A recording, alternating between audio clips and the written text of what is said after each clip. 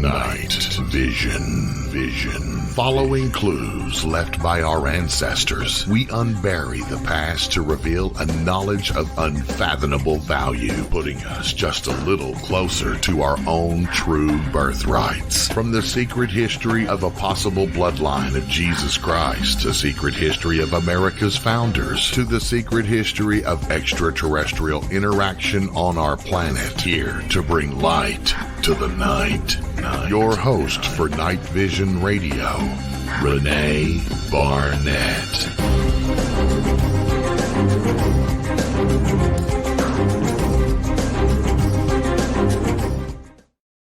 Hey everyone, welcome to our final October edition of Night Vision. It's a couple days before Halloween, so we are continuing on with the spirit with a little bit of a twist tonight. But, I was telling Bill, our producer and wonderful program director here, before we started, that I was going to open the show with a mask on. But then the only mask I could find around here was one that belonged to one of my kids. Of course, it was one of the boys.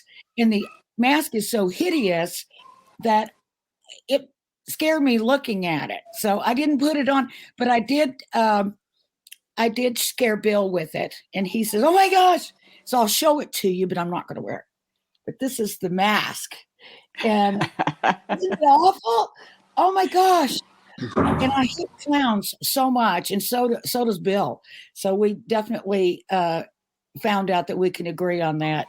Something about, hiding behind all that makeup and everything. And I think it stems back to my childhood when we would go to the circus with our parents and the clowns would always run up right to you, and it was like, oh my gosh, very scary because you couldn't really see who that was behind that mask. But there's a lot of spookiness, surrounding Halloween, of course, and we love that. It's fun. We celebrate Halloween in the United States. Certainly, I don't know how many people know, or maybe a lot of people do know, that it has its origins in the Celtic. So it is a very ancient holiday that was used to not only scare off ghosts, but also to celebrate the harvest and sort of the meeting of the physical and the spiritual in terms of, food and sustenance and living. So that's how it all got started. And then a bit later, Pope Gregory came in and he designated the holiday of All Saints Day on the day following Halloween. So that's how it got sort of intertwined, at least with the Christian religion. And I know that other cultures have other sort of similar holidays where they all chase each other through the town and things like that. But I think this is primarily geared toward, Europe and those regions. But we here in Los Angeles have a lot of celebration of a holiday called Dia de los Muertos, the Day of the Dead, which lines up right with Halloween. And it's kind of a wonderful, almost counterbalance to Halloween because it is more of a celebration of the dead. And I was at one of those celebrations one time, and you bring a picture of your loved one who's passed and you place it on an altar. And then there's the party that goes on around it. And I remember some of us were invited who really weren't that familiar with the customs. So we put our loved ones up there that we were missing, and we stood there and cried. And they looked at us like we were crazy because we were supposed to be celebrating them, not making everybody feel bad. But anyway, Mahiema, I didn't even realize that Bill had already brought you up on camera. I want to introduce my guest tonight. Mahiema is an old friend of mine. We met, I believe it was 1997, on a television show that we both worked on, Ripley's Believe It or Not.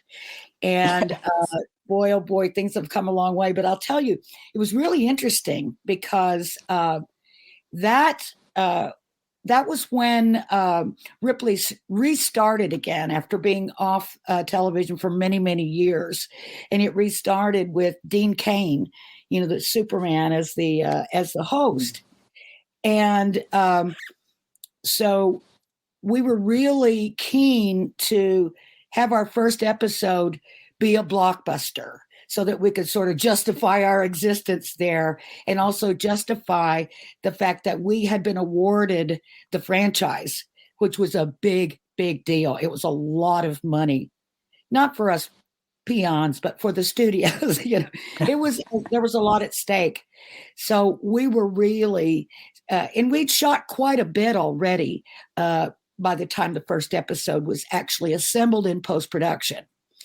But we had to have our absolute best episode start that whole season, and in fact, the whole series.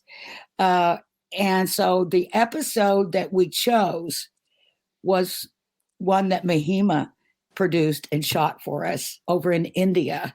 And it had the horrifying name of Modern Day Cannibals. And I'm going to have you explain that a little bit. But what it was actually a spiritual practice that some people practice there, where they eat the flesh of their loved one. It's a very spiritual thing, something, of course, a lot of people aren't familiar with, so it sounds really wild and crazy to us. But I think Mahiema can explain that a little bit better. But before you do, I want to say that night, that opening, that your episode opened, I don't know if you know this, but that was the biggest premiere of a series on cable television of all time at that time. Did you know that? No, not really. I got to know about it much later. Many years later, you shared that with me. Yes, I do. It was absolutely true. And I have a poster on my wall over here to prove it. I'll take a picture of it next time and put it up. But it's a big poster that says, "Believe this," number one, blah, blah. And it was a double size ad in Variety that I had framed and put on the wall. But anyway, so I believe that was largely due to you and your good work. And by the way, spoke with Jerry Dale yesterday, who was my co-producer on Ripley's, and he insisted that I give you his regards. And he said, "Oh my God, she was wonderful." He said, "You just never had to worry about anything. You knew me, bring it home, And so honored. I absolutely will tell her that. And but before we get into all the sort of the intersection of the spiritual and the paranormal and how those play on each other and how the paranormal can actually sort of act as a catalyst or a vehicle for transformation and for spirituality. Can we talk a little bit about some of the things that you've witnessed? Because you've done some work filming things in the paranormal and witnessing. It's been a very long journey, Renee, very long. I mean, as you said, it started when I shot Aghoris. It started there. That was a turning point. That was a real turning point when I sat at that Aghoris, exactly. Because before that, I don't even recognize now when I look back on my time before that, I don't even recognize myself because so much shifted that in that one night when I sat at the ghats, which are called the burning ghats in Varanasi, where the Hindus burn their dead bodies. Yes. So that was the turning point. And after that, there was no looking back. And I'll just very briefly tell you what exactly that practice is all about Aghoris. I wish you would, because, I remember now, after you've reminded me, that you sang that to me before, that as wild as it was on this end, and we were saying cannibals and, trying to but sensationalize it. The word you can give yeah, because the word you can give to them, the explanation is, yes, they seem to be cannibals, but they're not. It's a very intense spiritual practice. They are Shiva bhakts. They believe in Shiva, Lord Shiva, and they're called the left hand of God, because the right hand is the normal practice we all do. We go through meditation, we do sadhana, we do japa, we do all of that's the right hand of God to reach the divine. Left hand of God is it's like a quick path. You actually get rid of all your desires. And to get rid of all the desires and the things that hold human beings onto the Maya is what they're killing. And they are killing it by eating the most disgusting food. So they actually go via the route of hate and repulsion. That's why they do what they do. And they don't have to do it on a daily basis. They do it once or twice. And when they are able to overcome that, they get rid of it. I mean, they leave it. So, and they don't eat the flesh or the dead ones. They just eat, because after the body gets burned, the ashes, some ashes are taken away by the family to put them in the water. Part of it, whatever is left, is thrown in the Ganga. So these Aghoris, they actually pick up the pieces of flesh which are remaining, because it is believed that for a woman's body, the heart bone doesn't burn, and for a man's body, the end of the spine doesn't burn.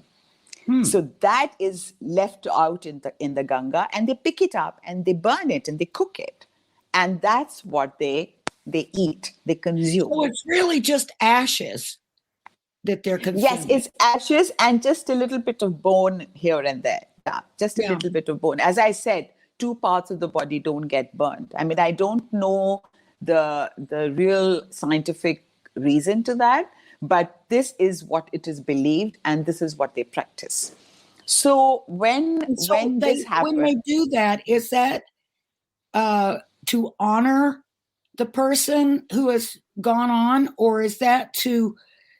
No, they don't know the person who. Yes, they actually. You don't need to know the person. No, they don't. They don't. They just do it. They just do it randomly, and they do it because they sit at the ghat, and this ritual is continuously going on. That's why it's called the burning ghats of Varanasi, because it's 24/7, all the time.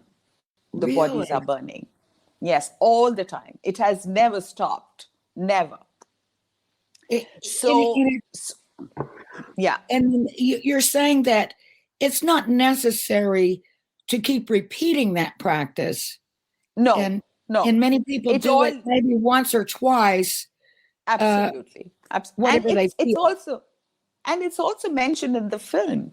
The beautiful gentleman whom I interviewed, Dr. Chaturvedi, he mentioned that you don't have to do it on a daily basis. It's once or twice in a lifetime. God, that video, that episode of your series, is that the one, the gentleman you're talking about? Yes, it's a part of that film. It's right. A part. His interview is a part of the film. So I see that's great. Yeah, and he was extremely knowledgeable, very enlightened, and he explained it so beautifully. It just clarified all doubts, and so in a Western mind, it is believed that they are cannibals because that's what it appears, but they're not, because I think it's a very respectful practice, spiritual practice. And it's a kind of a way to reach the divine. Each of us have their own ways. I mean, we are all getting to the same destination. It depends on what path we are taking, So that's their path. And as for me, the road completely changed post that. After that, I was not able to touch any commercial work. And for me, the death as a concept also changed its relevance. Changed its meaning, because I was sitting at the ghat, and I remember right in front of me, probably a few meters away, the bodies were burning, and I sat there all night, And by the time I woke up in the morning, I got up from there, it was as if I had realized that there is no distance between life and death. So if death is just a few meters away from me right now, then why do we spend all our lives struggling and accumulating and amassing wealth and running around and why? What is the need when this is the reality? I mean, I'm not saying live like dead people, but the fact that if this is the short distance one needs to cover, then you really need to lead the short life you have, whatever life you have on this earth. It's a gift. And whatever life you have, live it to the best of its, best of the gift it's got. I mean, best in the most precious manner. So it kind of changed certain perspectives in my head. And from there on, I think I was just taken away, plugged out from the reality I was living, plugged out from my commercial work, and I could never touch it again. I could never touch it again. And thereon started my spiritual quest or learning, or even the work, even the direction my work was taking. Right. That's right. Yeah. Yep. That's wild. Can you, I mean, there's so many things that to us over here in the West that are very mysterious about Indian culture and just that part of the world in general. Now you're up in the northern part of India, right near the border of Tibet, if I'm not mistaken, in the Himalayas. And I would imagine there are certain things that are different about living in that area than some of the practices and other things that happen in Mumbai or wherever. But I know that we shot a few different things in India. I know we shot the church with the rats that were everywhere, and which also looked just incredible to people from the West. And I must admit it. I think it would be difficult for me to walk in there, but that's my own programming, my own concepts, and everything else. But I don't even know if you're supposed to go in there. But what is the concept behind the church? We called it the Rat Church on Ripley's, I remember. No, it's a temple. It's a temple. Yes. And so and each of these animals is actually a vehicle of each of our gods. So rat is a vehicle. And so they believe that it's the place of the gods, of the god, because the vehicle is there. So you don't have to feel scared. Like there's another temple in south of India. It's called the Snake Temple. Ooh, yes. There are snakes all over, and nobody feels scared. They don't sting anyone. They live there. And I would like to say that our conditioning stops us from accepting these things, and we call them weird. We call them strange. Yes. And it stops us, and we build fear around us. We build doubt of going there, and it kind of also repulses us in some places. This is what happened to me when I started understanding or doing or exploring the area of the paranormal. Because when we are growing up, we study about ghosts, and even our comic books, even our fairy tales depict the ugly side of ghosts. Like I remember stories of Hansel and Gretel, and these witchy faces with big tongue and stuff like that, and green tongue, and whole lot of these things. Yeah. So we have this concept in our heads that the paranormal world or the supernatural world is ugly and the scary. Ghost world, it's scary, it's ugly, and everyone belongs to the dark plane, but it's not so. So when I started studying, and I wanted to explore, and I wanted to do the kind of work, I wanted to show that side in the right light. In the right light. So I wanted to bring out the fact that that world, the bodiless, the physical formless world, coexists with the physical world. Coexists. It exists with us. Even while we are talking right now, you're talking about Halloween.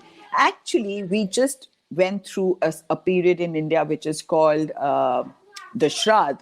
Shrad is a period when we believe that all our ancestors are closest to earth. So the fact is that all the spirit world or the physical human being, they're all coexisting. Even while we are talking right now, there may be many around us who are listening, but we can't see them. So this is what I wanted to show in my programs. And I did. And when we started working on those shows, we had so much of presence, of visitations on our sets. So many visitations. We should probably explain that what we're talking about is a series that you have done. You've actually completed two seasons of a series called Shifting Tides. And what it speaks to is when your life changes. And I remember, some of us do have a defining moment, but not everyone can encapsulate that change in a split second. But they get somewhere down the road and they look back and they say, wow, I've changed. I am different now. Yeah. So I think that's a bit of what Shifting Tide is about. Could you just explain it a little bit more? Yeah. Because when we keep talking about the show, I want people to know what we're talking about. Like I mentioned earlier, for me, sitting at that ghat when I was doing that Ghori film, that was my aha moment. That was my aha moment. So I lived with this concept for the longest time and believing that people do have aha moments or spiritual transformative moments. And that changes the course of their lives after that. And then some force takes them in a direction where they are meant to go. They could go towards doing charity. They could become just completely different beings, which they never thought they were before that. So I lived with this idea. And before COVID hit the world, I was planning to make a film on the aha moments. And we shot the promo, a teaser in France, and it was called Le Moment, The Moment. It was called Le Moment. And was that with Edward? Did you work with Edward on that? No, I didn't. I didn't shoot with Edward. And of course, we're talking about Edward Flaherty, who was a wonderful colleague on a dear friend, also, and then who later was my director of photography on my film Bloodline, and just the dearest of friends. Oh my goodness, he was one of my dear friends. Gosh, and we did a lot of work together. We did so much of work together. Yeah. Oh, I know you did. But this was not with him. This trailer was shot in the south of France, and we finished the trailer in January of last year, and the month later, pandemic hit, and everything came to a stop. So I started thinking that it probably, and then Zoom took over. Zoom took over like crazy all over the world. So I thought this would be a good idea to bring people on the show, and just for fun's sake. It started out just like, I'll contact my friends, and most of my friends, kind of people who believe in all these things, and bring them on, and we'll do an interview-based show. We'll see where it goes. But I had no idea that it had its energy of its own. It just took off without even, very effortlessly, Renee, extremely effortlessly. People kept pouring in, and the kind of people I got, beautiful people I got. And 2 seasons hence, I did not realize what it was doing to me, it probably was completely turning me around 360 degrees. And I finished with 2 seasons last month. And 2 months, 3 months ago, I just picked up my bag and left home. I left home and came to the mountains. I thought I'll take a short break, not realizing that this would be my reality from here on. This is where I was meant to be. And I also realized one very thing, that the shifting tide is not just one moment. It's an evolutionary process. It's a journey. And in every phase, you are unraveling something new about yourself. And when you are unraveling and getting to know yourself in a new light, you are also being taught by the higher forces, or you're picked up and taken to a place where your higher purpose is going to be revealed. And you have no control over that. You have zero control. And that's what I'm experiencing right now. That's what I'm experiencing. So that's amazing. My shifting tide. So what is it that you feel that you say, that this is absolutely where you are meant to be? This is the place, for you. And why do you think it's the place for you? What can you do there? What is it that's better there for you than somewhere else, anywhere else in the world? See, the place where I am right now is by the banks of the Ganges and also at the foothills of the Himalayas. So both these concepts I'm deeply, deeply, deeply in love with. So Himalayas I've always had my calling to the Himalayas, and Mother Ganga, who I truly believe, lots of people would just say that she's a flowing river, but she is truly someone who embraces, cleanses, nourishes, nurtures, and completely protects. And I feel so secure and so close to this place. And that's one. And the second thing is, I think I came here to redefine or refine my ikigai. And this place is showing me that in small doses, but yes, it is. But I wake up every morning feeling happy and joyful. Even if I don't, in today's world, that's amazing. Yeah, and I had not felt that way for the longest time. Yeah. And of course, the way COVID and pandemic has impacted rest of the people, it impacted us also. It impacted me as well. You do not know where your life is. Yeah, you do not know where your life is going. And then on a daily basis, you're listening to a negative piece of news, of information is coming your way. Yeah. You suddenly feel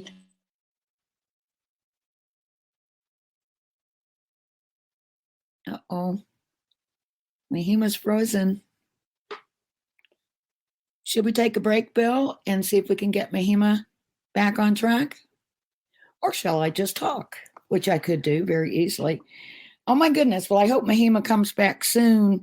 But I know what she means when you have a moment where something does change, but it takes a lot more moments after that for the change to really process through. And sometimes it's an aha moment. Sometimes it's a paranormal experience.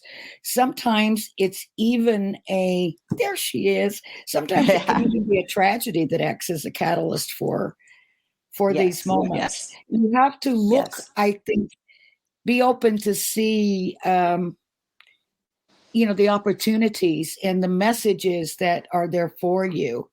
I know probably the biggest, changing moment for me was the loss of my child. I lost a daughter, and it was, of course, absolutely devastating. That's why I relate so much to one of your stories, which I want you to tell whenever we're ready or when you're ready. But I felt so absolutely distraught, devastated, like lost. I could not imagine ever feeling joy again, ever feeling any semblance of normal again. And I'm sure any parent, that's lost a child knows exactly what I'm talking about. And I can see it in people's eyes when they have lost a child. There is something there. And, but I thought, okay, it's of course tempting to try to make yourself feel better or to maybe take some sort of medication that's going to help you through it, or to drink or do drugs or something. And I could see how a lot of people could get into trouble in those kind of situations.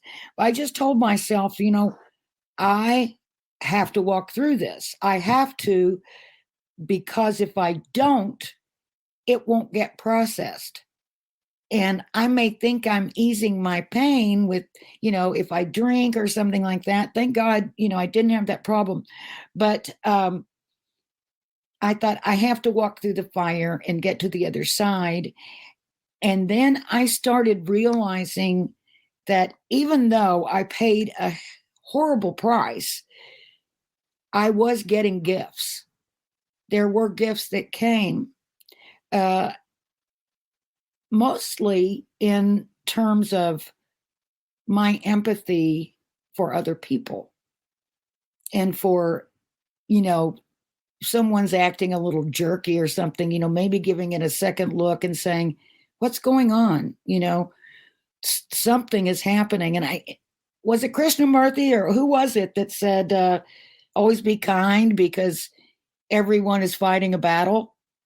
And that sort of hit home for me when I was fighting such a battle that, my goodness, I don't know what battle this person is fighting. And I feel like I have a lot more empathy for other people. Not that I don't have a long way to go, believe me. But that was one gift that came from a terrible, terrible loss. So I think there's sometimes a choice. Won't have a tragedy or something happens. Even sometimes if something good happens, there's maybe different paths that you could take. And so I don't know how much free will or everything, because like you were saying, in some ways you were just propelled down this path. I think there is a thing of getting in the flow, and then once you're in it, it does take you. But what does decision and choice have to do? Oh, Mahiema, I can't hear you. Mahiema, are you muted?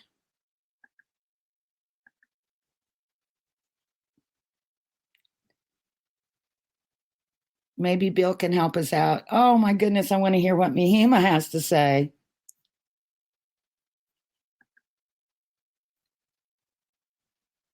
Oh, she's frozen again. Oh, there you go. I'm so sorry about the technical problems, everyone. It's a little bit far. Yeah, she's just connection issues. She's in the Himalayas, so Yeah. I mean, She's it is not going to across be. the street, people. She's in the Himalayas, for goodness sakes. Hopefully, her connection can be stabilized and we can get her back. But she is fascinating. Oh, she's amazing, and I don't know if now might be a good time for you to play that clip. We can do that. While Mahiema gets her connection back. She looks like Mahiema. If you can hear me, leave the studio with the X on the bottom and come back in. Maybe that'll establish a better connection. I'll send her a messenger if you want to play. Okay, folks, we were going to play this clip a little bit later in the show, but what it is we'll play it now so that we can get Mahiema reset.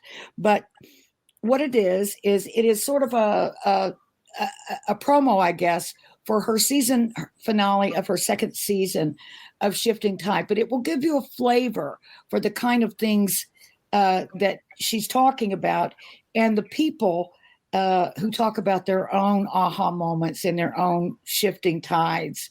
So if we could hit that now, then before we do that, it looks like we do have her back. Mahiema, are you there?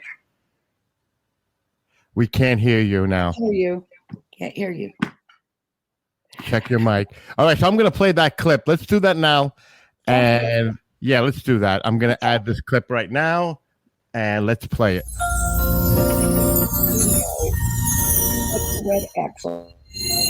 Hello, everyone, and welcome to Shifting Tides. Today, we are at the end of our season 2 of Shifting Tides.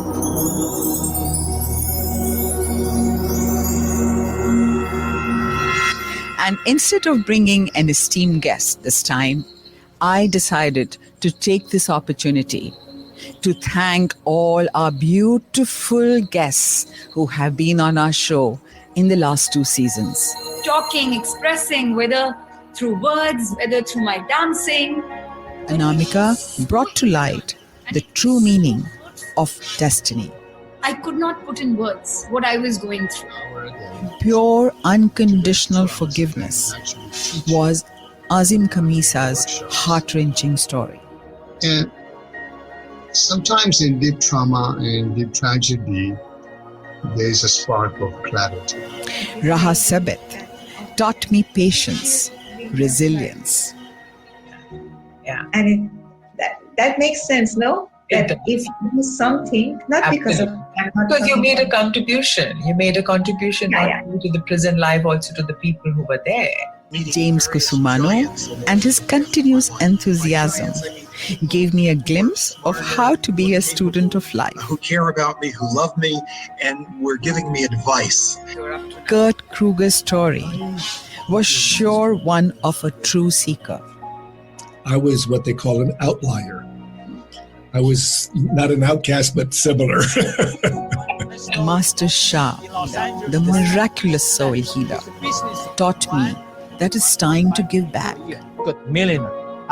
But I give a calligraphy every day. He treats 5 minutes.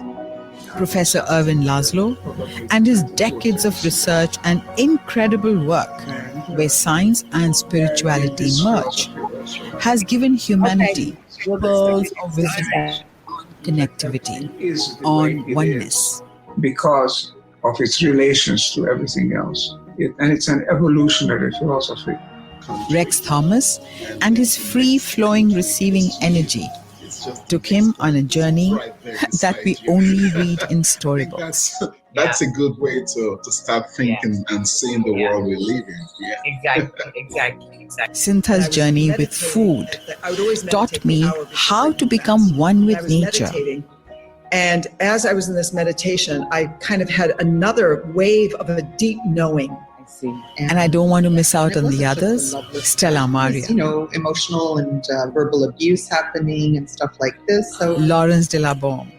I don't know if it exists in English, but plenitude. I don't know if it's a kind of complete wholeness.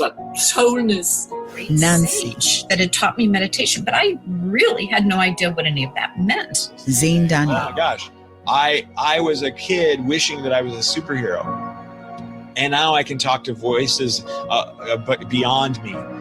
Bill Gladstone. And for those who are sensitive, the energetic change is already observable. 8, and I call it a kind of epiphany. So I had actually 2 epiphanies in my life. To interact and communicate with everybody that comes to, that passes by a peaceful. But if you focus on the word that you're trying to avoid, you believe that word has power over you and you energize it with your own consciousness. So I figured out a way. It took me a long time, but I was excited about doing that. I was always under the impression that an aha moment or a transformative moment is one moment. But it is not so. It is a process, a gradual. I don't know if you can hear me. Mahiema, can you hear me? I have absolutely no. Oh, I Can can you hear now. me?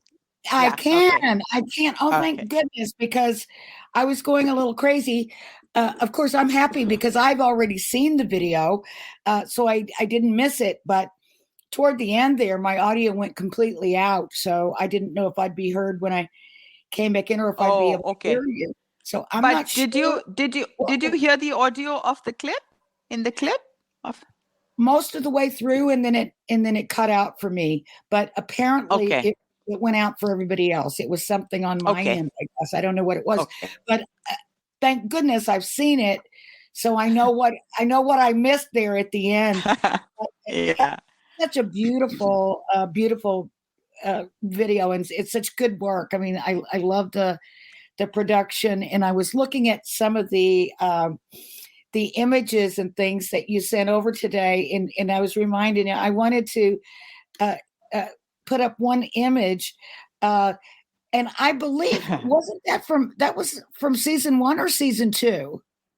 This is actually for the promo, the trailer which I shot in France, and this visual is in Chamonix. It's in Chamonix. Let me ask you if this is the same place where you shot and then you had some drone shots. Also. Yes. I remember this site. I remember this session that you did here, and some of the most magnificent images. They're just absolutely gorgeous.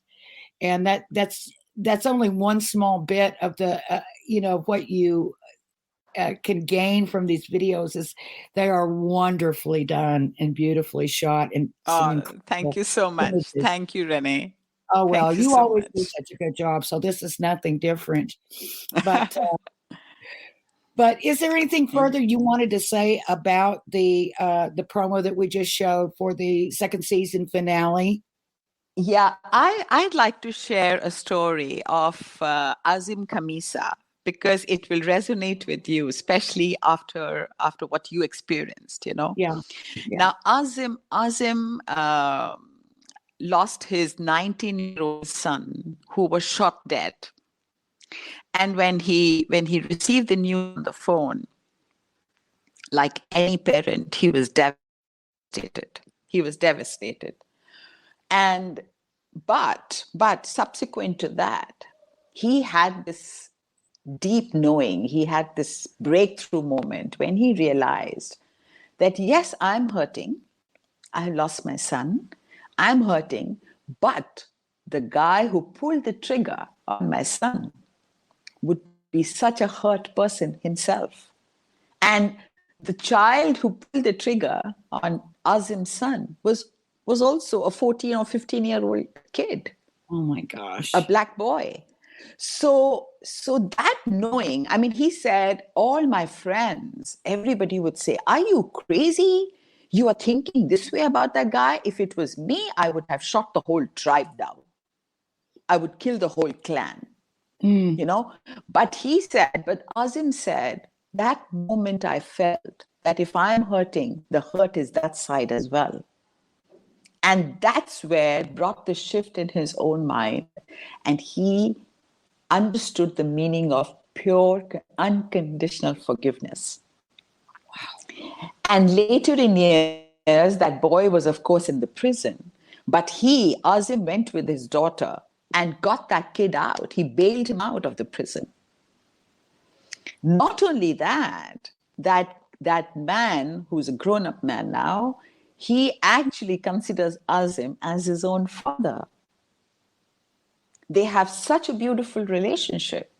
And together, they are giving beautiful talks. They do workshops. They encourage youngsters and all to practice forgiveness.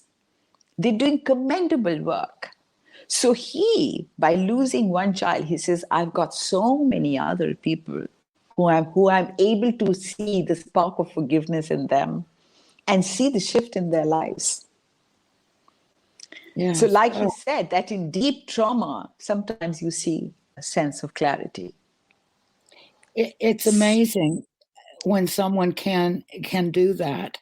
And that story, when I first heard it, it really touched me really, really deeply. And because, losing a child is bad enough, but to lose a child at the hands of another, in such a senseless way must be even worse, It worse. is. And Yeah, so, it must be. and then of course it gives you a natural target for blame and revenge, but he didn't go that way. He didn't. He didn't. So that's why. That's where it comes. There was no difference in his pain and the kid's pain. It's sort of what it sounded like to me. Exactly. And it they almost had to work together to get through that situation and get over that pain. Yeah.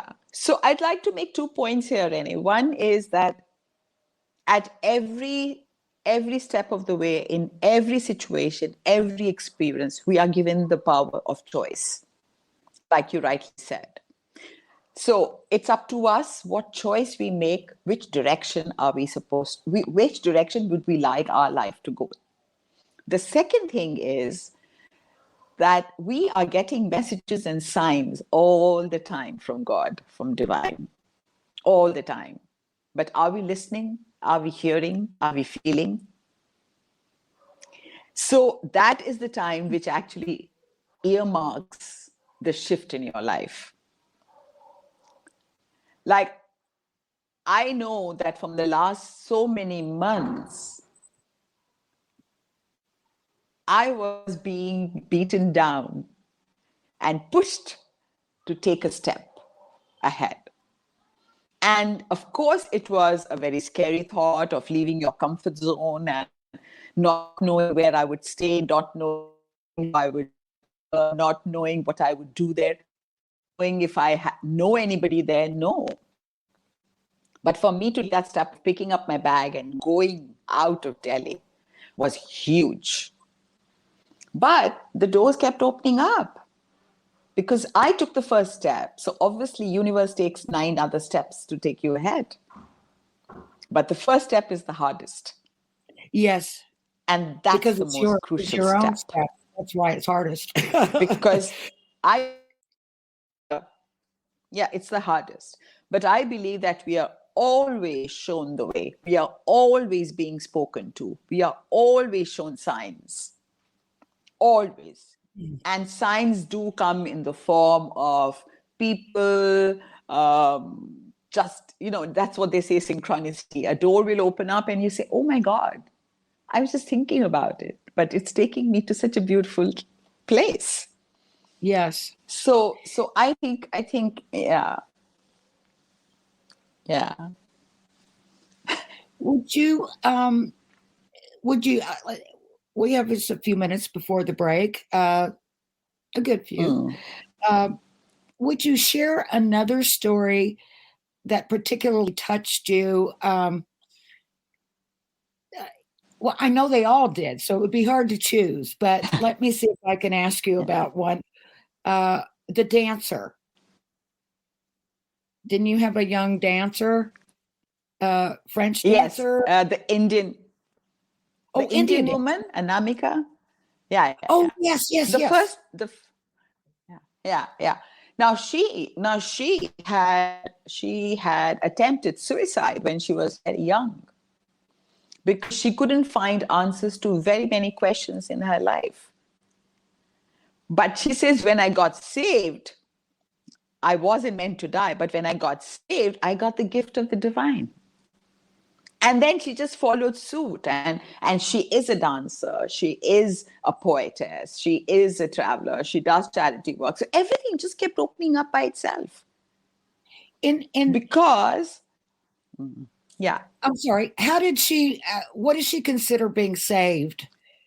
How was she saved? I can't hear you. Religious experience? You're breaking. Oh, I'm sorry. You're breaking up, said, Renee. Yeah. Okay. I don't know if you can hear me better now. But yeah, you said I can. You said she was when she got saved. What did you mean by that? By being saved? She didn't die. I mean, she had attempted suicide. She didn't explain that in detail, but she did say that she didn't die. So whatever she took, whatever she had to kill herself, it did not work. Yeah. So it did not work, and she was saved. Yeah, yeah. And obviously she was saved for a reason, because she had a higher purpose to do in life. And she's doing commendable work. She's a great Sufi dancer, and she's a poetess, and she is completely surrendered to the divine.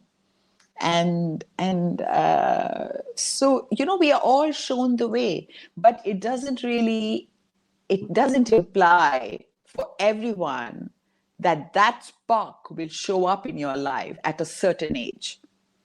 It can come just a few months before you die. It can come when you're a young girl or a young man. It can come when you experience a serious calamity like what Azim experienced. Yes. And there was another story of Laurence de la Bombe in France. She was working with Akhte, and she was a media person, and she met an Australian Aborigine. After meeting that Aborigine, she came home and she had an out-of-body experience where she actually felt she's having a heart attack. So she called all her friends to be taken to the hospital. But later she got this knowing that no, it could be the Aborigine speaking to her. And it was right. He was trying to get to her and recalibrate her. So much so that after that, she just quit the life she was leading up till then. And she started writing. She started having a download of information, which was all metaphysical, all about opening up the heart space. And she's been writing books ever since. And she says, I'm not the one who writes. I just get information downloads. And what was the moment that changed it? The moment was the Aborigine and the heart attack, so-called heart attack, which wasn't a heart attack. You know? Oh my goodness. So, yeah. I think all of us get these experiences. I think they are opportunities. There are these opportunities for you. If you do not become a victim or succumb to your fears and insecurities and pain and all that, then you can rise above it. You know. Oh, that's just amazing. It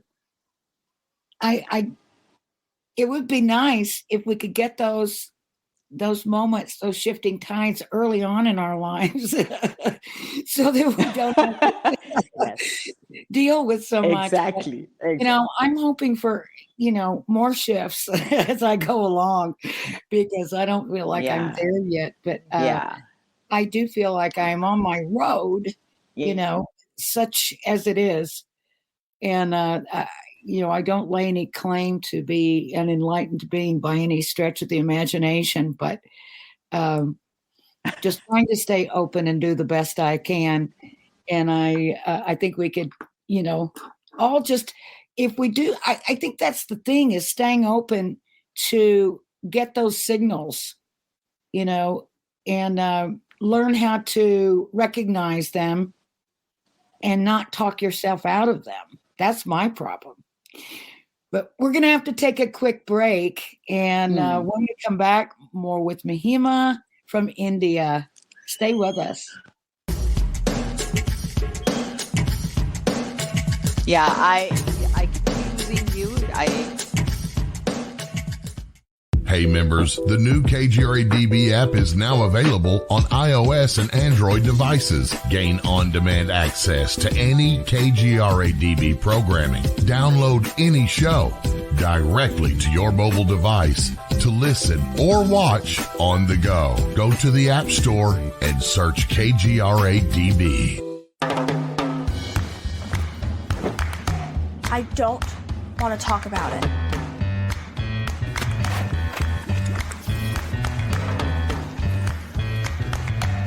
I don't want to talk about it.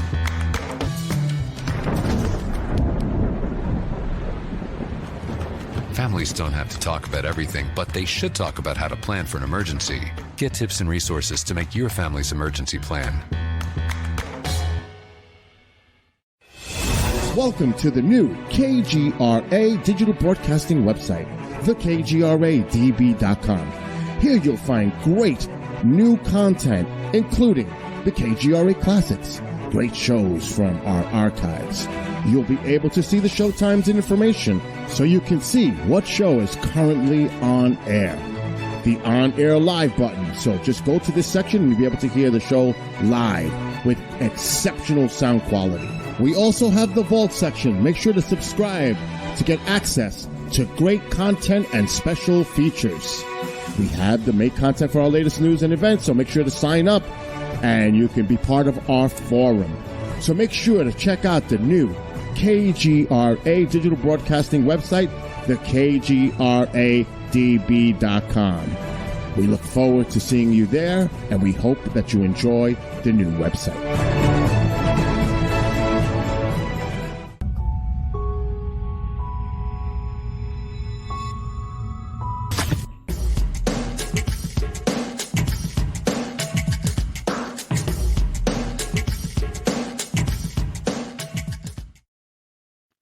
Welcome back to Night Vision. I'm your host, Renee Barnett.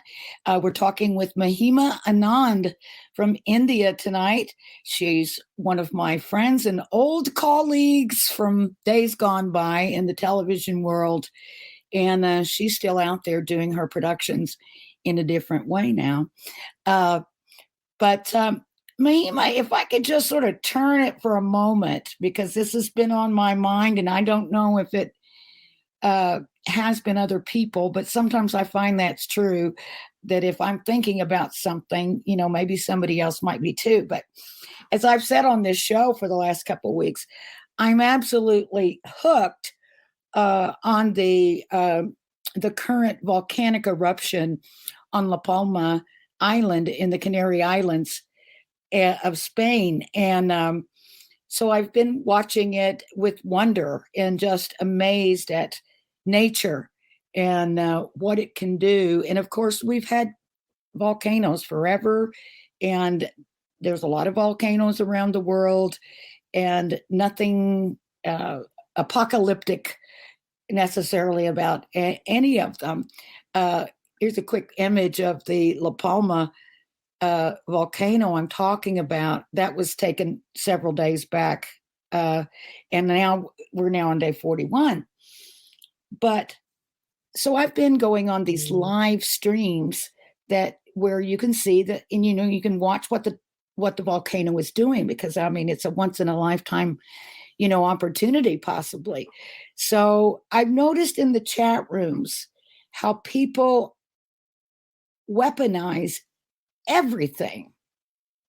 Including the volcano. Somehow they'll twist it to either a political cudgel of some kind or some kind of a religious thing in ways that insinuate, their way is the only way and everybody else is wrong, and, repent or you're going into the hellfire and all this stuff. And I'm thinking, wow, the world's just crazy. People are misinformed, disinformed, and largely not of their own fault, because we're being manipulated in so many ways. We get in our own little bubbles. If Facebook sees that you've looked at one certain type video, you're going to get slammed with information on just that. And then sometimes it gets a little weirder as you go along. It'll get a little bit more extreme until, you're buying into it. But what I don't get is this anger and hatred toward each other. Do you have any idea what that is about and what we can do to chill that out, to settle that down?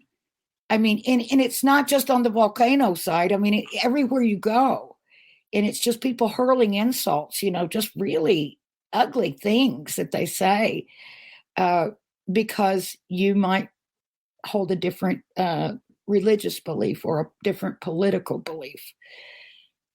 What is this all about? Have you been observing this?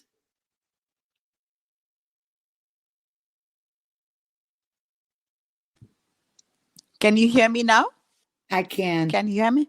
Okay. Yes, ma'am. I think nature talks to us. First of all, nature talks to us all the time. And whether there are any volcanoes or there are hurricanes or there are floods, these are all various elements of nature which are trying to talk to us and tell us something. And like they say, as within, so without. What we are inside, we are seeing outside. So we are made up of 5 elements. So what we see outside is made up of 5 elements. So they have to be in synergy to be harmonious, in harmony. Now, when there is a imbalance in any of these energies, that's where there's war, there's strife, there's violence, there's anger, there's a whole lot of these insecurities and these negative things that come up. That's one. And the second thing is that we also need to see a calamity coming our way as a sign or a signal taking us in a certain direction, like COVID. COVID is because we have abused nature. We have abused Mother Earth. We've abused. So obviously some way, and we've abused our bodies. We've abused ourselves. So when we are so much in imbalance, obviously nature is going to play up. And when nature plays up, we play the blame game. We go back and say that, of course people are losing lives, people are getting sick, and even through volcanoes, people have to vacate places and, run away to other areas. But some people do suffer. Sometimes even the innocent suffer. Yes. Sometimes even the innocent suffer. But that's the price we have to pay for not listening to nature. We have to pay the price for allowing the blame game to take over. We've got to pay the price for not able to fix the balance and come back into equanimity, come back into equilibrium.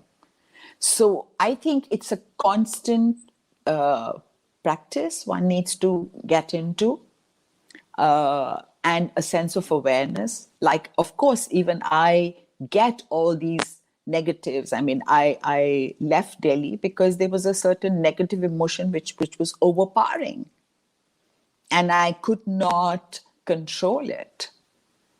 And I knew there was something else needed to fix it. And that something else was being in nature.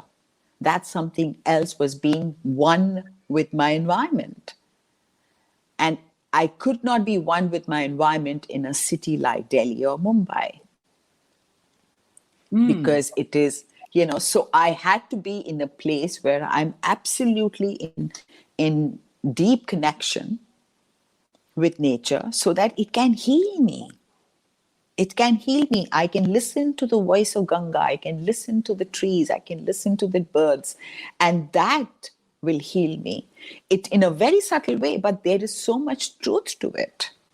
Yeah. So much truth to it, because I've witnessed it. I've experienced it in the last 3 months. The shift I've made in 3 months' time is tremendous. So, yeah. So I think it reminds me of my very dear friend, Gloria Amendola, who a lot of my listeners know, who passed away on Easter Sunday of this year. Mm-hmm. And she had a thing where everywhere we would go, she would have to take her shoes off and put her bare feet onto the earth, not on concrete, but even if it was a little square, find a patch of earth and stand on it. And she felt that she, got something from that, some kind of energy from it. Absolutely. And it does feel good when you do that. There's something about it. And it's more than just the memory of when you were a child and barefoot on the grass, in your grandmother's backyard or something. Yes. I think there's a reason why it feels so good, because you're getting something from it, just as you get from a wonderful, positive person in your life.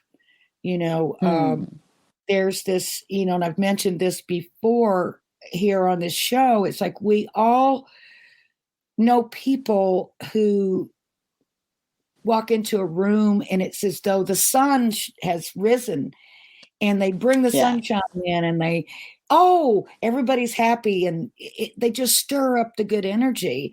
And then unfortunately, we also know people who have a very negative take on everything, who seem to sort of suck the air out of the room.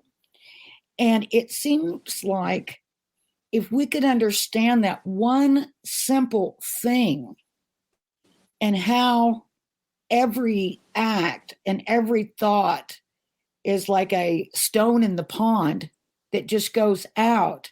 It's not just, I'm saying this bad thing to this person right now. Yeah. But it's going to affect that person. It's going to affect anyone who witnessed it. And then any people that are affected by those people and those people and those people. So it's very important. And I think people, generally just think it's all mumbo jumbo, that thoughts are not power, words are not power. But I just think they're so important. So important. Thoughts they are energy, of course. Words. Yeah. Yes. Yeah. And words do all hurt. these things, absolutely, all these things have to be in perfect harmony with one another. Perfect harmony. What you speak, do, or say. Yes. It is all has to be in perfect harmony. Yes. Or think. Yeah, I was just getting ready to say, and then the thinking hopefully falls in line. Absolutely. Because actually you can model the behaviors, which can also help you to achieve the feeling that those behaviors, should reflect. I read years ago, and we've seen the laughter is therapy, and the big groups in Asia that get together and laugh. And, we've all heard laughter is the best medicine.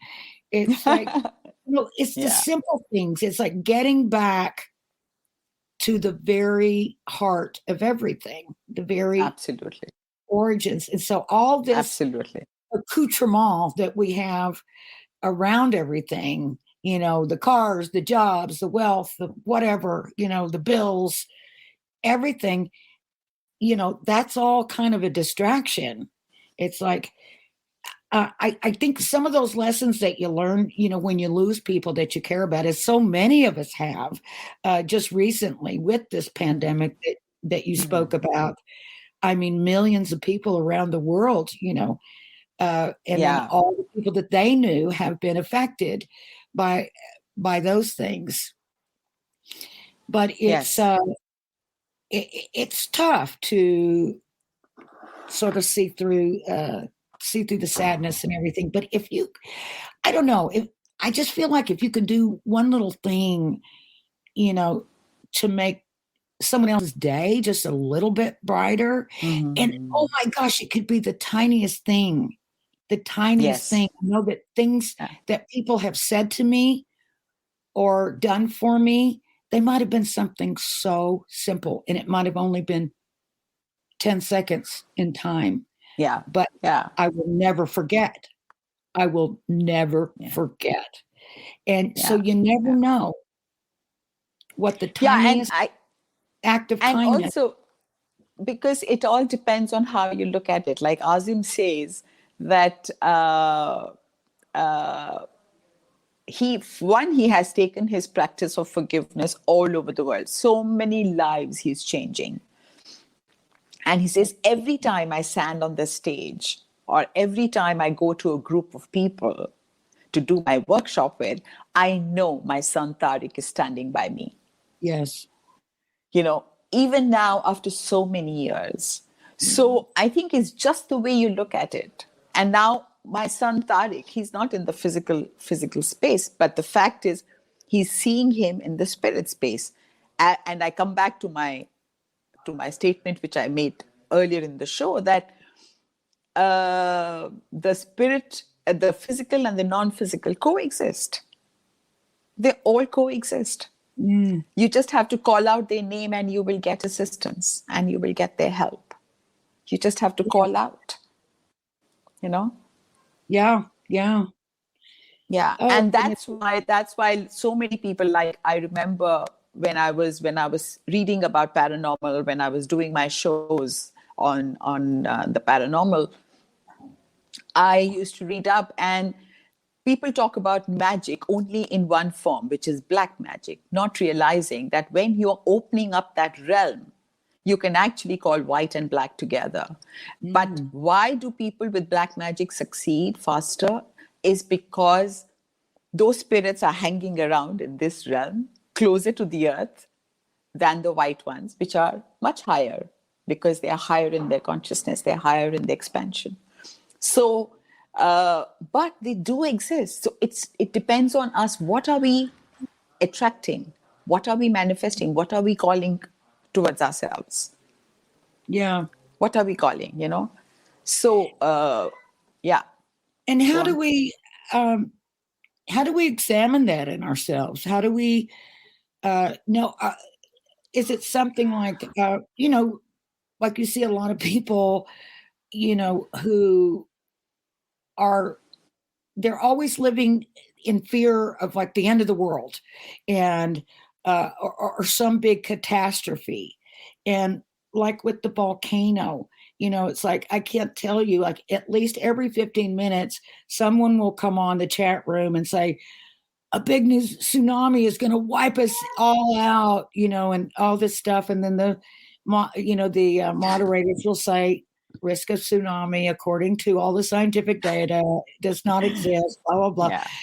Yeah. But it's like people like being afraid, or it makes me wonder if they feel like their world is ending and they're just projecting that out to the world. because I think somewhere by default mode we are tuned into the negative.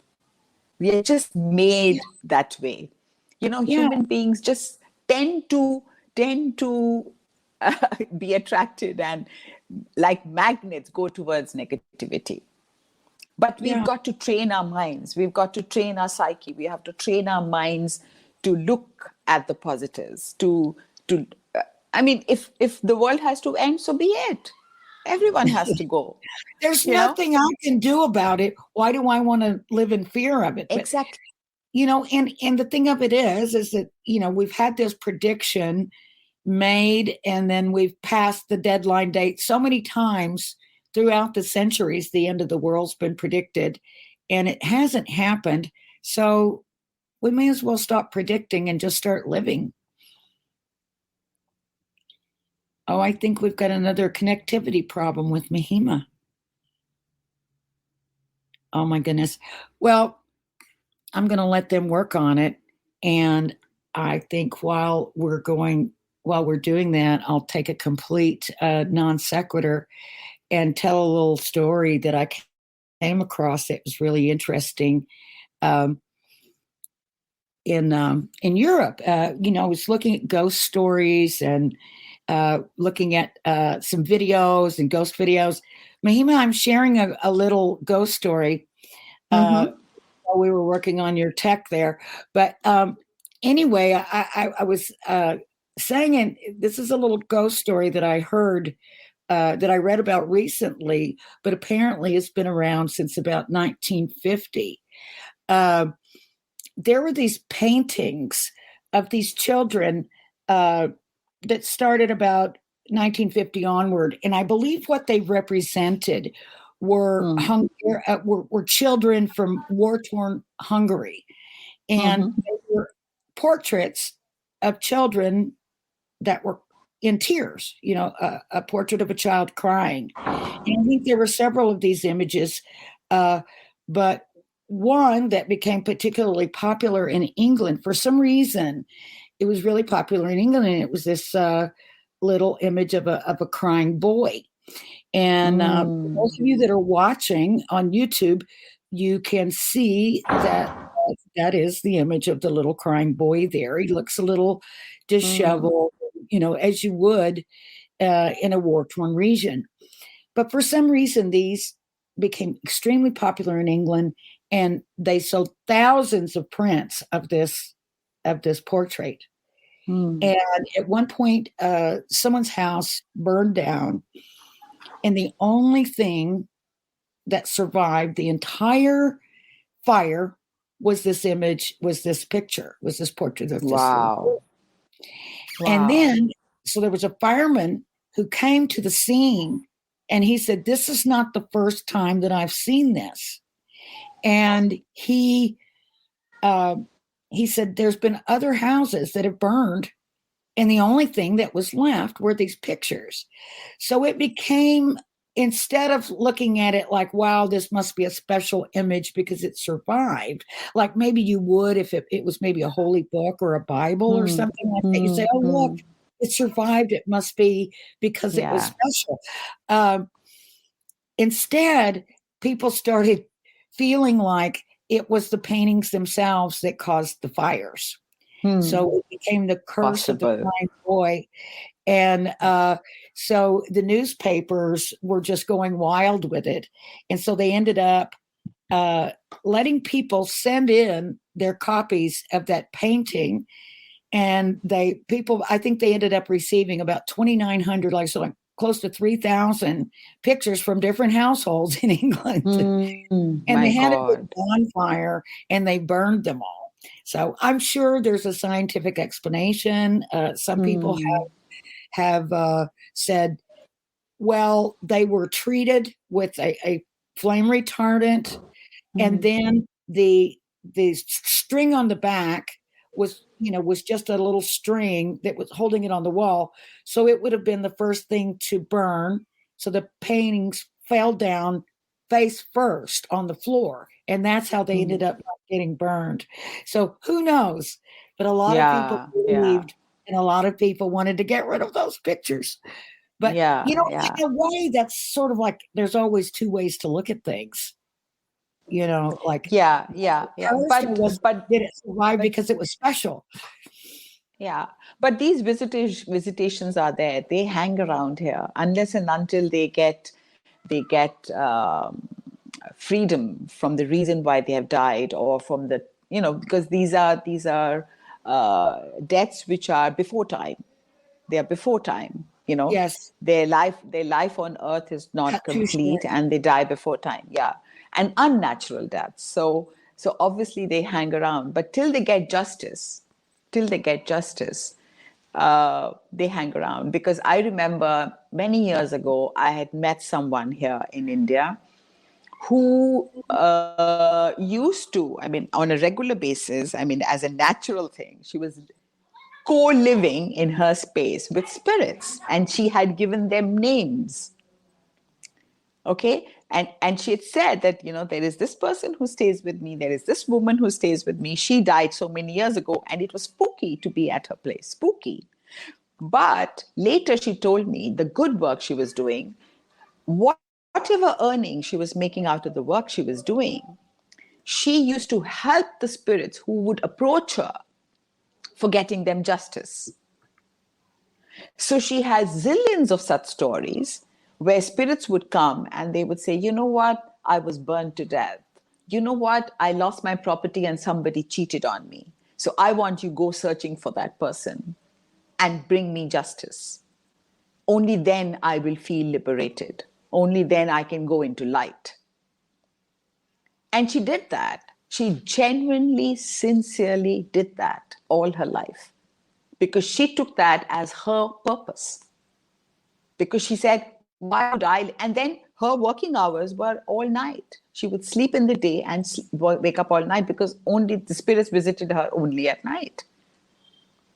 Wow. Like, I remember she told me a story that there was someone who had died in the hospital with diabetes, from diabetes, and she was hugely restricted to have sweets. So she said, I'm craving to have sweets. Because I was always denied at the hospital.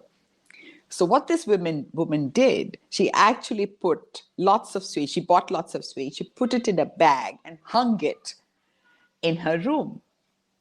And they were gone the next morning. Seriously? Seriously. Oh my Seriously. God. Yeah. So I do believe, when I listen to these stories and when I've met people, these are not hearsay. These are not something which I've read in storybooks. These are real stories. So when I see them, my conviction that this world coexists with us. So it's good for us if we can take assistance from them. They are here to help us. If we can take assistance from them, we can take guidance from them, we can take help from them. So I lost both my parents, but I know whenever I reach out to them, I get help in very subtle ways. And do you actually talk to them and say, Mom, I need help? Or, because sometimes I do that. I lost my mom, not that many years ago, just a couple of years ago. And every now and then I'll go, Mom, because I'm trying to think of something, or I'm, having an issue with, that I'm worried about with one of the kids or something like that. Do you talk out loud to your parents, or do you just sort of have a knowing? Sometimes I talk loud, but there are instances when I'm thinking about them, or when I miss them, or I think about them, and something happens which is very similar to what they would have done. Something in my reality, in my environment happens, which is an instant reminder to me that they are around. Yeah. I had something recently, actually, I forgot all about this, that happened that, it's like, I'm always thinking, oh, I'm just hallucinating this. It didn't really happen or whatever, but it was the night that my friend passed away, Gloria Amendola. And it was later that night, and I was up, I couldn't sleep, and I was sitting on my bed, and I don't remember what I was doing. I might've been reading something or looking at something on the internet. And all of a sudden, I felt this earthquake, and it was like rumble. And the first thing that came to my mind was Gloria, because, Gloria was always the one that was more into the intuitive and more daring on the spiritual side and the metaphysical side. I was more sort of rooted in the mundane, I guess, but always open to ideas and everything. But I'm always one to say, did that really happen? Or did I just imagine that? And so as soon as it happened, I yelled, Gloria. And I was laughing because I thought, if she was going to try to get my attention, she knows good and well it's going to have to be something big, or else I'm not even going to get it, So she's like shaking me. And then I kind of laughed to myself. And then I kind of said, my imagination, I guess. And then a few minutes later, I thought, I'm going to go on and see what the local news is saying about the earthquake. and I clicked on a video because it was titled something about watch the anchors, dive under the desk, the news anchors dive under the desk during the earthquake. I thought, oh, that'll be fun. So I clicked on it, and they were talking about the earthquake, and they said, yes, the earthquake struck at 4:44 a.m. Well, 444 was our secret message number between Gloria and me. And every time the clock, every time we happened to notice the clock, which seemed like it would always happen, and it was 444, we would text each other, and that's all we would say was 444. And so sometimes she would be sending it to me, sometimes I'd be sending it to her. But when he said that, I went like, oh my gosh. Yes. Maybe it was her. Of course. I'm sure. Incredible. But I mean, you can check it. It was Easter, this Easter. Go on, you'll see the earthquake hit at 4:44. And I was just astounded. I was just astounded by that. Yeah. Can I share one experience similar to this? Yes, please. Yeah. In 2015, I had gone to Portugal for a retreat. And this place was, it's a huge mountainous area, and it's a very beautiful place. So I was there for the retreat. And usually in the dining area, there was this dining space in the middle of the valley, and the rooms were up in the mountains. So whenever you come down to the dining space, that's where you get network. And the other areas in your rooms and all, it's totally off. So that evening, we were having satsang, a gathering, and we were discussing, talking. We were having satsang. Speaking truth. Isn't that song truth? Isn't that song Speaking Truth? Yeah. Yes. So we were having satsang, and it finished very late in the evening. And I had already stayed there for, I think, a week, 10 days until then. And so when we came out, it was dark. So we put on our torch to walk to our tent. We had pitched our for tent. You Americans out there. Yes. Yeah. So as soon as I put my light on, a cat came and started walking with me. A cat. And I hadn't seen that cat in the week, 10 days I had already spent there. So she started walking with me all the way up to my tent. And when I opened my tent, she propped and she went in. And I had to drag her out. I said, listen, if you sleep on that cot, I won't have space to sleep. So you need to come out. I got her out, and she went under my tent and slept there. Oh. And I was wondering, at that point, it didn't really occur that there is something special. And then in the middle of the night, I woke up to go to the washroom. She got up, came with me to the washroom because it was down on the other, just a little rock away. So I came down, she sat outside, I went to the washroom, came back and slept again, and she went under my tent again and slept. I woke up in the morning at 7 because they used to ring the bell from the dining space for breakfast. So they rang the space. I went to change. I changed. I had my shower. I changed. She was sitting outside. And she started walking towards the dining space through the valley. We started walking, and as soon as the network came, I got the network on my phone, and the first message I got as soon as the phone got switched on was that my best friend in Delhi passed away. Oh my gosh.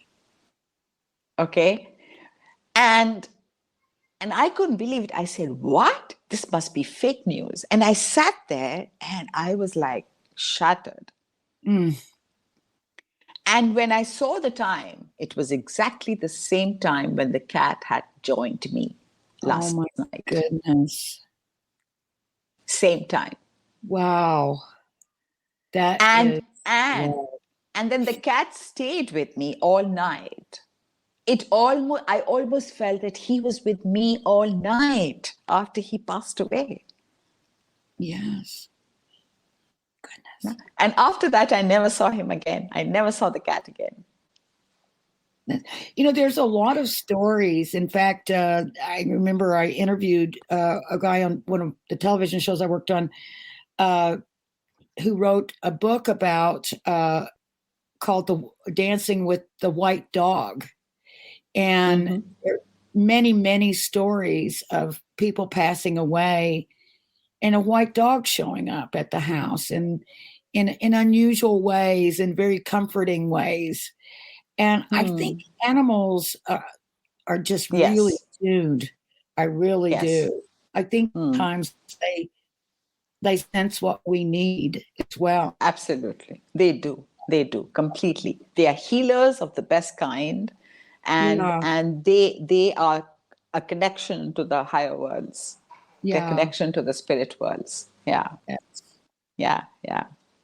You know, I don't know if you can facilitate those things happening. I mean, I would love to, you know, get a communication from my daughter, from my mother, from Gloria. You know, I guess Gloria's probably been the one to get through. That's because she was just bombastic. You know, she's going to make sure I heard her.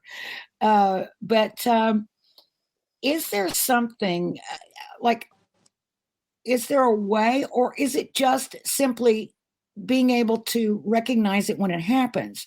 Or is there a way that you can sort of prepare yourself that's going to facilitate those things to happen? Yeah. I could share another experience here in my filmmaking journey. You know, there was this many years ago, I got an offer to make a film from one of the festivals. It was a spiritual film festival, to make a spiritual film for submission. And at that point, I did not have any film to submit. But I was making another show for a national network in Mumbai. And I was very disturbed because I really did not like the way the things were flowing. And I went for a meeting to the channel. I was very acutely unhappy. So when I was coming out, my executive producer, he said, hang on, I want to give you something. So he took out a book and he handed me over a book. And the name of the book was Sounds of Silence. Okay. So he says, read this, it will give you a lot of solace. I came back and I finished that book overnight. It was so beautiful.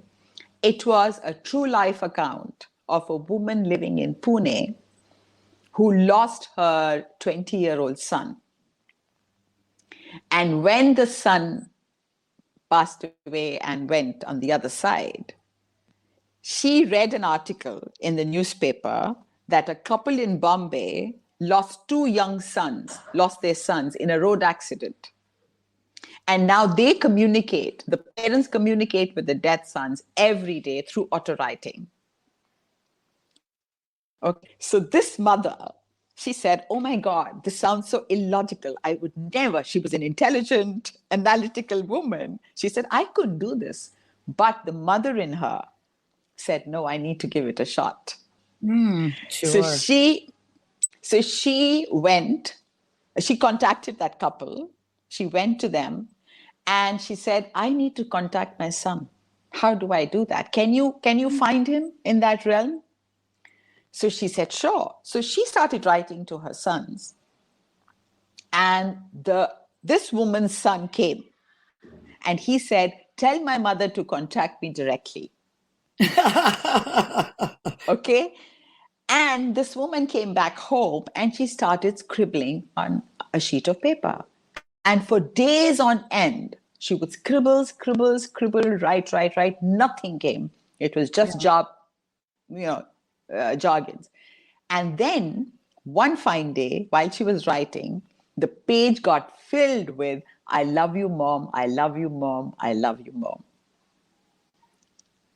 Oh my God. Okay. And this was nearly 45 years ago.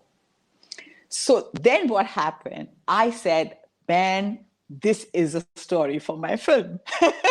I have to make this film. Now, I wanted to reach out to her, but there was absolutely no contact details because it was a self-published book. Okay. And when her son started contacting her, he told her that, don't worry, I'm with a spiritual teacher here who is guiding me and protecting me. And so, long story short, I said, I need to make the film. So I didn't know how to contact her. And that very month, I was invited to Greece for a conference where I had to make a presentation for a project. I went to Greece, I made a presentation, and I was a little frazzled because, something happened, somebody passed a comment or whatever. So I was a little frazzled, and we broke for lunch after that. I was sitting and having my lunch alone, and a woman from England comes in. She says, can I share the seat with you? Can I share the lunch with you? I said, sure. She sat down and she opened her purse and she took out a picture for me. She says, have this. And that picture was of the same spiritual teacher whom Nan's son talked about. And that picture said, don't worry, be happy. Oh my gosh. And the first question I asked this woman, I said, would you know Nan Umrigar? Nan Umrigar is the author of that book. So she says, yes, my friend in England, London, knows her. I can contact her when I go back. Oh. And before I know, I came back to India, I had that woman's number. And it appears that woman was in Pune and I was in Mumbai. So I said, okay, I'll call her and I'll tell her I can come to Pune, or whenever she's coming to Bombay, I'll see her. I called her and she tells me, I'm in Mumbai today. We can meet in 1 hour. Oh my goodness. So I met her in 1 hour. We had a beautiful meeting. She gave me the rights of the film. I made the film. And honestly, Renee, throughout the making of that film, we were guided. And not even once did I feel that I had directed the film. I had not.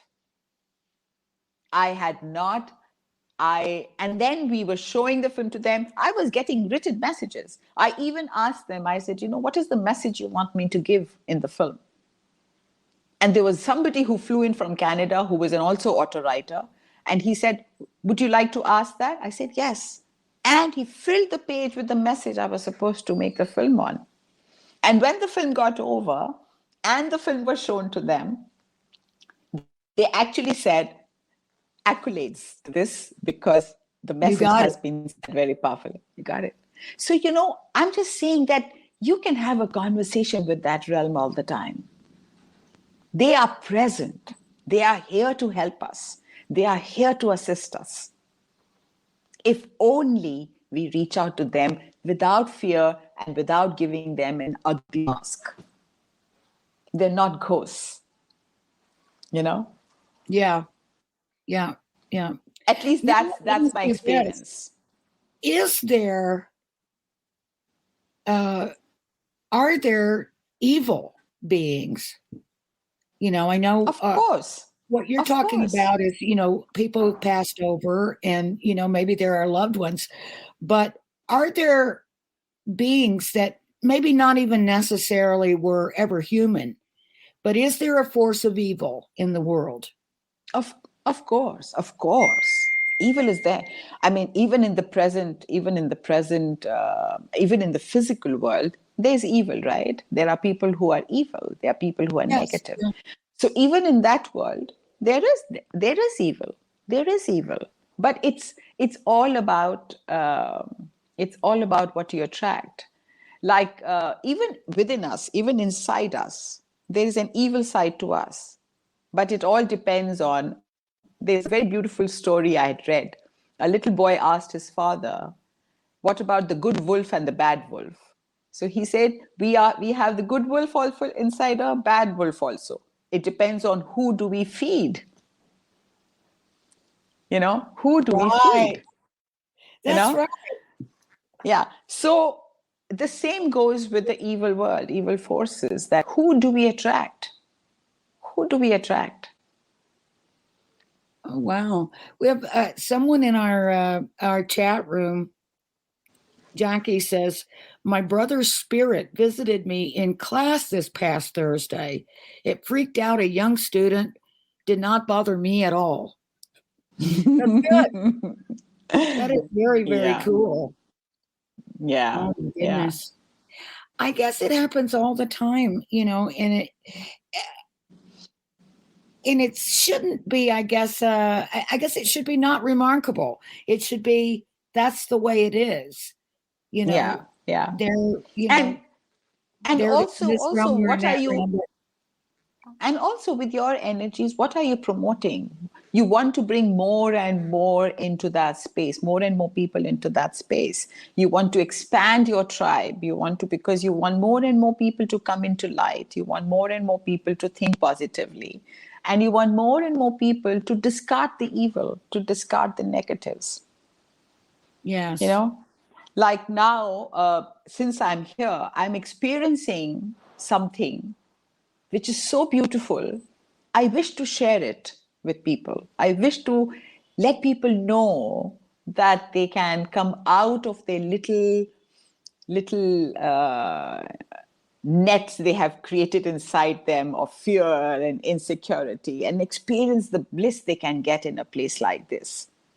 So, along with a very dear friend of mine, we're trying to bring people into this place and give them this little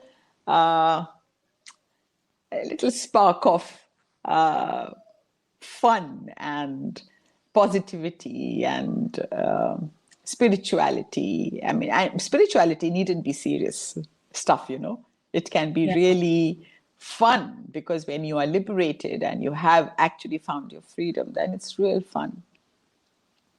Right. So we are trying to do that. Yes. Yeah. And, I thought I'd share with everyone when we were having those difficulties, those technical difficulties earlier, Mahiema, I got a message from Bill that there's a geomagnetic storm affecting us. And the name of our... And now it's messed up. Oh, I shouldn't have brought it up. Really? There you are. Yeah, he said there was a geomagnetic storm affecting us, and he sent me some link to a big storm watch site, and a solar flare has been detected. So that's probably where we've had our communication problems this evening. Okay. Interesting. Solar flares. Yeah. Oh my God. They usually bring about all kinds of activity. Solar flares. But yeah, it's a strange but very simple walk. Yes. It's almost like getting rid of all the complexity.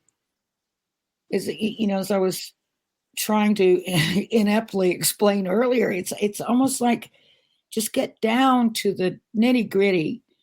When you get older, and some people very young lose loved ones and go through tragedies and things like that. But certainly by the time you get to be my age, you definitely have experienced at least the loss of grandparents and very likely parents. So it's like you have had those experiences in life, and then you start to lose a friend here and there, so it's almost like, as horrible as that all is, it definitely informs us about what's really important. Yes. And love is all that really matters. All that matters. All that only thing that matters is that. It's so really simple. But it's so hard to remember. Yeah. Yeah. And also I'm not diminishing the importance of grieving. Grieving is a part of growing up. Because necessary. It was necessary. Absolutely. Like when I lost my parents, it took me 5 years to come to a place of acceptance. Because, you're initially in denial, you're initially crying, you miss them and everything. But then you work on yourself. You work on yourself and you come to a place of acceptance. So, and so with my friend going, I've got a beautiful gift because that's extremely family now. We are family now. We are family. So there are gifts beyond your grief. When you come out of it, there are grief. There is like a gift waiting for you there. Yes, I mean, it can be very revealing too when you are going through something like that. A lot of times you're not the most happy person to be around. It's sometimes difficult to be around someone that is so depressed and so devastated. Yes. So yes, it really highlights those people in your life that are going to be there for you no matter what. And sometimes it's a surprise of who shows up and is the most help. I mean, and some of the people that I thought would be there for me were just too uncomfortable. It was like too hard for them to deal with. And I understood that, and I didn't care anyway. I didn't care what anybody was doing. But the people that turned up and were there and says, what can I do? What do you need? Do you want to work? Do you not want to work? If you need a job, I'll hire you. One guy at a very big production company here in Los Angeles that I would have never in a million years thought that he would reach out to me at a time like that. And he says, what do you need? Do you want to work? I'll give you a job. What can I do for you? And I'm like, oh my goodness, this is a person I would have never suspected would do that, but I will never, ever forget it. Ever forget it. Yes. The tiniest things, I mean, that wasn't so tiny. He says, hey, whatever you need, I'm here. But it's a strange time because, and as I said, I don't blame anyone for not being able to handle it,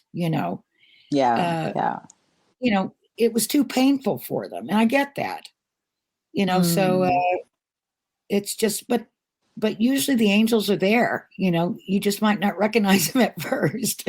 Yeah. These are human angels. Really, really. Absolutely. Yeah. And ever since I've come up to the mountains, I knew nobody. And now I have this whole big new family. Yes. And these are all angels.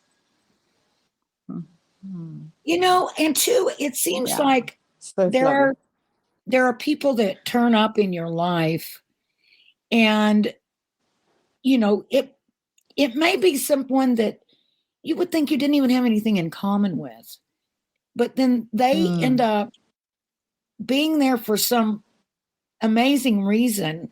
And they become, as you said, they become like family. Yes. I have a historian that is on my show all the time, at least once a month, if not more. He's he's the smartest person I've ever met in my life. And his name is James Martin. He lives in France, but he's English. And there was something that I don't know what it was. If you would know the two of us, you'd say, why were those two friends? What is it?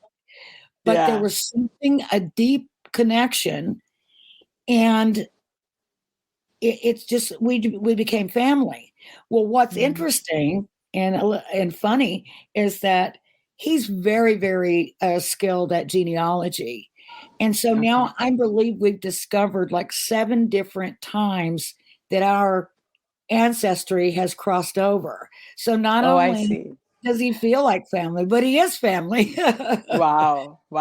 Yes. So I wonder if I there agree. are things like that, like we have connections through our cellular memory or through DNA that draw us back together. And there are people that you meet, and then for some reason they just stay in your life, like you for one thing. I was about to say the same thing. I mean, you and I have known each other for such a long time, you know? I know. And it's I'm certainly not in touch with everybody on that show. And but we've always stayed in contact. Yeah, absolutely. For a reason, I think. Yeah. I'm sure. I'm certain. But so if you go back to your friend on genealogy, maybe we discover something. Who knows? We could. Yeah, send me some info. I'll have him look into it for sure. Yes, you know, I know. That's what I was telling him. I said, I'd like to know, how many other people like that I would find, a common relation with, that I have always, felt really drawn to, like a family member.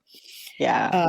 I think that'd be interesting to start for people to check out, Exactly. Check out your friend group, your close friends, and see, maybe there's more of a connection than you ever know. I know. Yeah, I would definitely have him look into ours in conjunction with each other. That'd be fun. Great. And maybe, you can come back to France when I'm there again, and we can get together and do some work in person. Absolutely. Yes. I'm scheduled to go there because once I begin with my season 3 of Shifting Tides, this time I plan to do it offline and go and travel and shoot. Actually with people. Go shoot on location. Yeah, on location, in person with everybody, because that probably will be more impactful, talking to people in person. So I plan to start doing that very soon, say by January, hopefully, January, February, because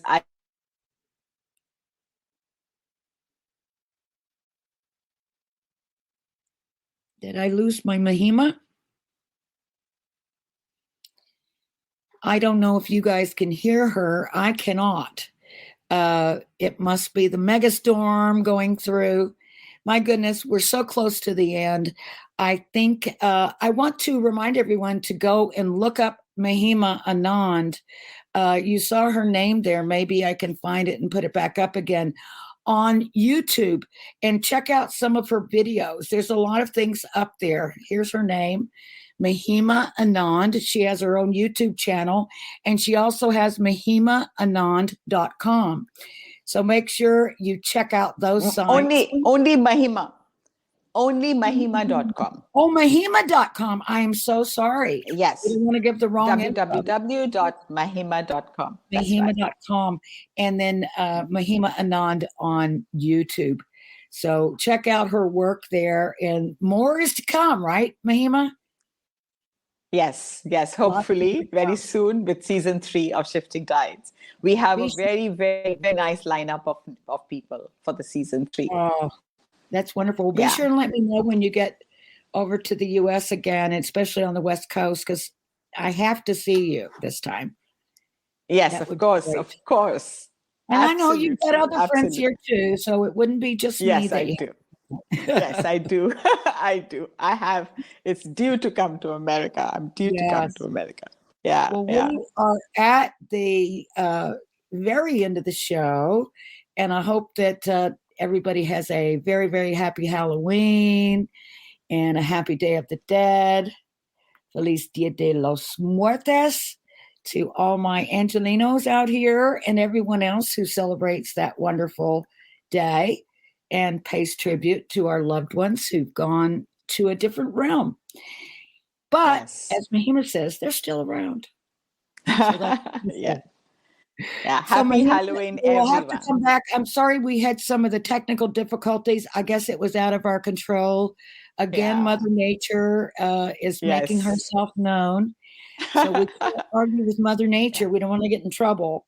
Yeah. Anyhow, so happy Mahiema, Halloween, everyone. Thank you, Mahiema. Thanks, everyone. Join us next week. Be good to each other. Bye. Bye. Bye-bye.